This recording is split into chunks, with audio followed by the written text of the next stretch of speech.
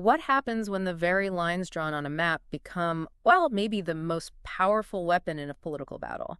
Deciding who holds power, maybe for how long? It's a huge question. Today, we're embarking on a crucial deep dive into this escalating national conflict. It's pitting states against each other, all fueled by what seems like a technical process, right? Redrawing voting districts. Exactly. It seems technical, but it's profoundly impactful. It's reshaping our political landscape. Yeah. Definitely raising fundamental questions about representation. Yeah. And we're really unpacking what some are calling the redistricting wars. These intense political skirmishes happening right now. We're putting a spotlight particularly on Texas and California. Okay. And for this deep dive, we've pulled together insights from, well, a pretty wide array of sources. We've got official press releases, from the Texas Attorney General's office. Right. Detailed investigative reports from places like Fox News, Politico, The Guardian. Also historical context from academic sources, public records like Wikipedia, and crucially, legal guidance straight from the Department of Justice. So our mission, as always, is to cut through all that noise, extract the really crucial insights. We want to help you understand the high stakes involved here in these redistricting wars.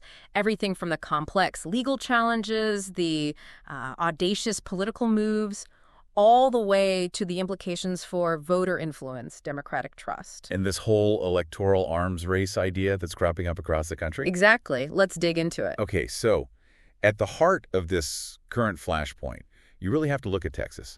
Republicans there are aggressively pushing, to redraw congressional districts. And there's a clear goal. Oh, yeah. A very clear strategic objective. Secure up to 5 additional U.S. House seats.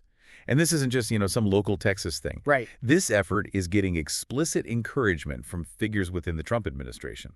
The aim, shore up that GOP majority in the House. It's incredibly narrow, just 3 seats well ahead of the 2026 midterms. So it's a national strategy playing out on state maps. Absolutely. It's highly coordinated. And the method they're using, we've touched on this before, it's gerrymandering. Specifically, these 2 strategies, packing and cracking. Maybe just quickly, for anyone new to this, how do those actually work? Sure. Think of it like political chess, strategically placing voters on the map. Packing is where one party concentrates the opposing voters here, Democrats, and specifically Black and Latino voters, into just a very few districts. To make those super safe for the opposition. Exactly. Make them overwhelmingly safe. But by doing that, you effectively waste a lot of their votes in those PAC districts. It diminishes their influence everywhere else in the surrounding areas where you want your party to win. It's about containing the opposition, isolating them. Okay, containing them. And then cracking is kind of the opposite, designed to spread them out. Precisely. Cracking fragments those same opposing voters, spreading them really thinly across many different districts that are already leaning toward the majority party anyway. So their vote doesn't count as much anywhere. Right. It dilutes their strength so much they can't form a majority in any single one of those districts. You're preventing them from getting enough power together to elect who they want. You basically break their voting block into tiny pieces. Wow. And when you look at the numbers, the impact in Texas seems, well, pretty stark. It is stark. Think about it. 2024 election, Trump wins Texas 56% to Harris's 42%. Okay. But this new map aims to give Republicans 30 out of Texas's 38 House seats. 30 out of 38. That's what, 79% to 21% in representation? That's a massive difference from the actual statewide vote. It really shows how powerful the map itself can be. It's a significant reshaping of political power, no question. And the plan, it meticulously targets districts in the big metro areas, Austin, Dallas, Houston, and also South Texas, which has been traditionally Democratic. The real insight, though, is how precise these redraws are. For instance, the plan could actually end up putting multiple incumbent Democrats against each other. The primary. Yeah, forcing them to fight for maybe just one gerrymandered seat. Or it could redraw their districts so radically that they just become unwinnable for the incumbent, no matter how well they did before. Can you give us an example? Like, how does it affect a specific representative? Sure. Take U.S. Rep. Al Green. He's represented the 9th District in Houston for years. Under this proposed map, his district gets dramatically altered. How so? Shifts the demographics, pushes it into areas where he doesn't even live. Yeah. And maybe more importantly, it would transform his district into one that Donald Trump would have actually carried in the last election. So it's not just moving a line. No. It's a fundamental redraw. It seems designed to force long-serving representatives into races they just can't win. It could end careers or force politicians who've served specific communities for ages into making these huge strategic shifts. It's very aggressive. Yeah, you can imagine. And this aggressive plan, unsurprisingly, ignited a firestorm of criticism. Absolutely. Democrats, legal experts, they're pretty much unified, calling it an extreme partisan gerrymander. They argue it's not just about politics, it's specifically designed to dilute the voting strength of Black and Latino voters. Even though those populations are growing in Texas. Right. Despite that growth, critics are saying this subverts the will of the voters, makes general elections almost irrelevant in a lot of these new districts. Which brings us to the counter strategy. A really dramatic one from the Texas Democrats. The walkout. Exactly. Yeah. Faced with this push, over 50 Texas House Democrats did something pretty drastic, historical even. They fled the state. Where did they go? We saw them heading to Illinois, the Chicago area specifically, and also out to California. Their goal was calculated. Deny the Republican-controlled House the two-thirds quorum they needed. The minimum number of people required to do business. Right. Needed to conduct official business, Yeah. pass these maps. It's called a quorum break. It's a tactic with a long history in American politics, actually. That is a pretty audacious move. What kinds of risks were they taking? Personal, legal risks. Well, the immediate risks were financial.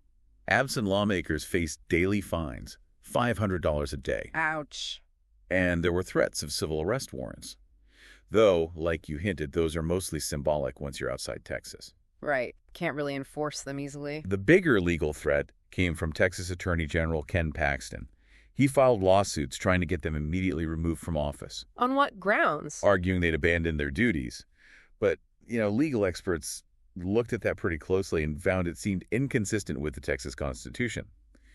Usually, removing a member requires a two-thirds vote of the chamber itself.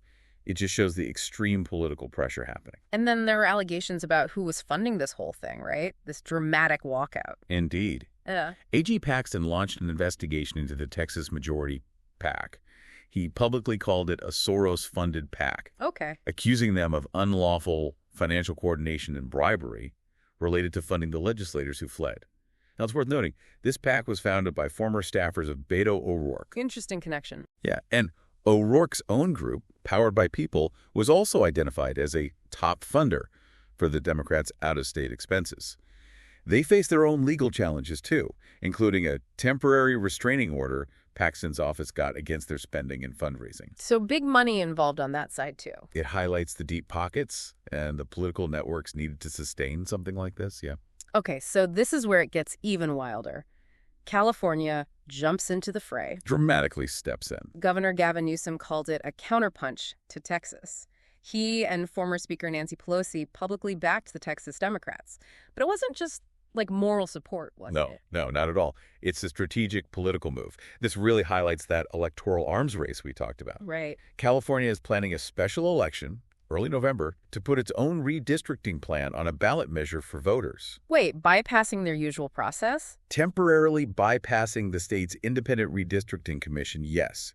This is a direct, aggressive response. It aims to, quote, nullify any gains Texas might get from its map. And the potential impact. If it works, Democrats could potentially pick up 5 House seats in California, directly offsetting potential Republican gains elsewhere.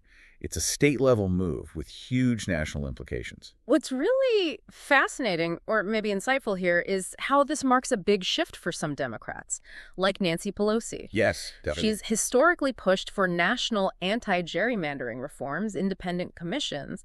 She even initially opposed California creating its own independent commission back in 2010. Right, she preferred elected officials keep that power. But now she's saying the party cannot and will not unilaterally disarm against Republican efforts to, quote, rig the elections. That's a pretty striking shift, isn't it? Political necessity versus long-held ideals. It absolutely underscores the intense partisanship of these fights, the immense pressure on parties to, fight fire with fire. Which brings us back to the bigger legal and historical picture around gerrymandering itself. Right. At its core, it's this manipulative practice, drawing district lines to give one party an unfair edge or to dilute the power of specific groups.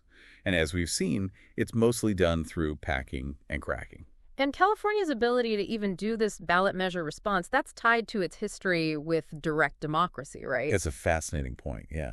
California has these ballot propositions, where citizens can directly propose and vote on laws, even constitutional changes. Initiatives and referendums. Exactly. They came in back in 1911, Proposition 7, part of the Progressive Era reforms.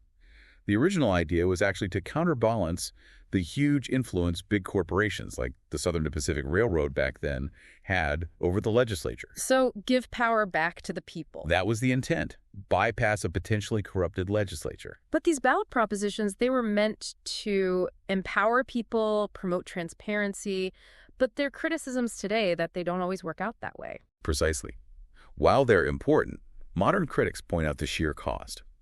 Gathering signatures to even get on the ballot, then campaigning for it. It often limits who can really participate and have influence. Wealthy individuals, big groups. Right. Wealthy individuals, large corporations, well-funded special interests tend to dominate. It can make direct democracy less accessible for average folks. And sometimes, these standalone propositions can tie the legislature's hands, making it hard to create comprehensive policy because they have to work around these rigid, voter-mandated laws. Okay, so beyond state laws and initiatives, there's a huge federal law here, too. No. The Voting Rights Act. What's its role? Oh, it's absolutely critical. Section 2 of the VRA passed in '65, amended in '82. It's a permanent nationwide ban on any voting practice that discriminates based on race, color, or language minority status. And the key part.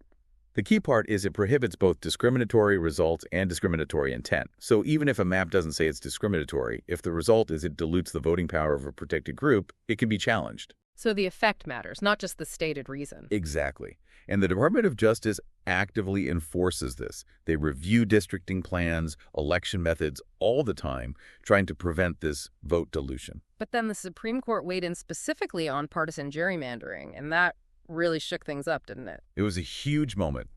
Pivotal, very controversial. The 2019 Supreme Court ruling in Rucho v. Common Cause, it fundamentally changed the legal playing field. What did they decide? The 5-4 conservative majority ruled that federal courts generally should not get involved in partisan gerrymandering cases. They called it a purely political matter. Unless clear racial discrimination was involved. Yeah. Chief Justice Roberts, writing for the majority, basically said there were no clear, manageable legal standards in the Constitution for judges to decide when partisan map drawing becomes unconstitutional. I remember that. Justice Kagan's dissent was pretty stark about the potential consequences. Her dissent was incredibly prophetic, looking back. She warned this decision would encourage a politics of polarization and dysfunction, could irreparably damage our system of government. She argued the court was basically stepping away from its duty to protect core democratic principles. And the critics of that ruling. Unequivocal. Yeah. They argue Rucho effectively gave state legislatures a huge permission slip for ultra-partisan gerrymandering.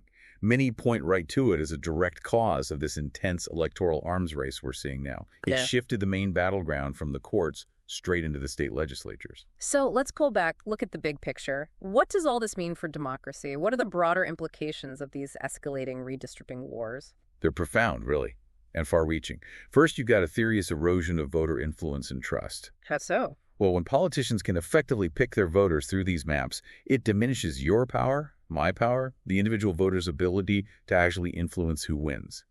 It leads to this perception that politicians choose their voters rather than the reverse. Which can make people lose faith. Absolutely. Contributes directly to a loss of faith in elections, lower turnout, less civic participation. Especially among marginalized groups whose votes are being intentionally diluted, whose voices feel like they aren't being heard. And it sounds like it also pushes politics to the extremes, not towards the middle. Exactly right. It fuels more polarization, more dysfunction. Gerrymandering creates these so-called safe districts, where the general election outcome is basically known beforehand. Pretty much predetermined. No. So the real fight shifts away from the general election and into the party primaries. And in primaries, candidates often play to the most ideologically extreme parts of their party's base to win. They don't need to appeal to moderates. Right. This fosters extremism, ideological rigidity. You get more polarized, dysfunctional legislatures that just struggle to pass anything bipartisan.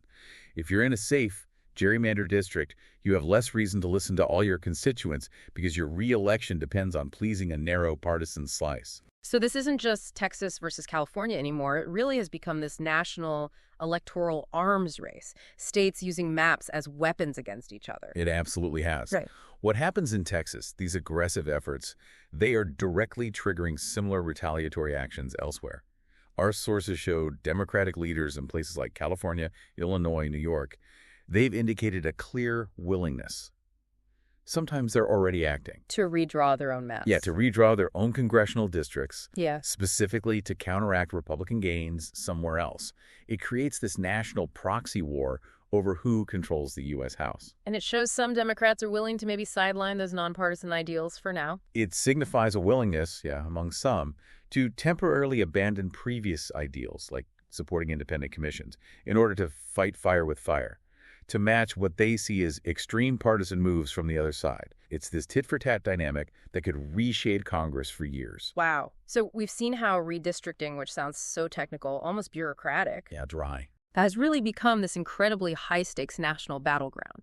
It's mixing complex legal fights, super aggressive political tactics, and this visible, maybe concerning shift in how both sides are approaching democratic ideals. It truly has. It's a striking, impactful example of how just drawing lines on a map, an abstract act, can become as powerful as the votes themselves, influencing the whole balance of power in the country. And that really leaves us with a provocative thought for you, the listener, to chew on. What does it actually mean for the will of the people when politicians can strategically pick their voters instead of the other way around? Yeah. And what happens to the very fabric of our representative democracy when states get locked in this escalating electoral arms race with maps as their main weapon? What role should the courts play, or maybe not play, in drawing these lines? And how might that critical balance, wherever it lands, shape the future of our political landscape for, well, maybe generations to come?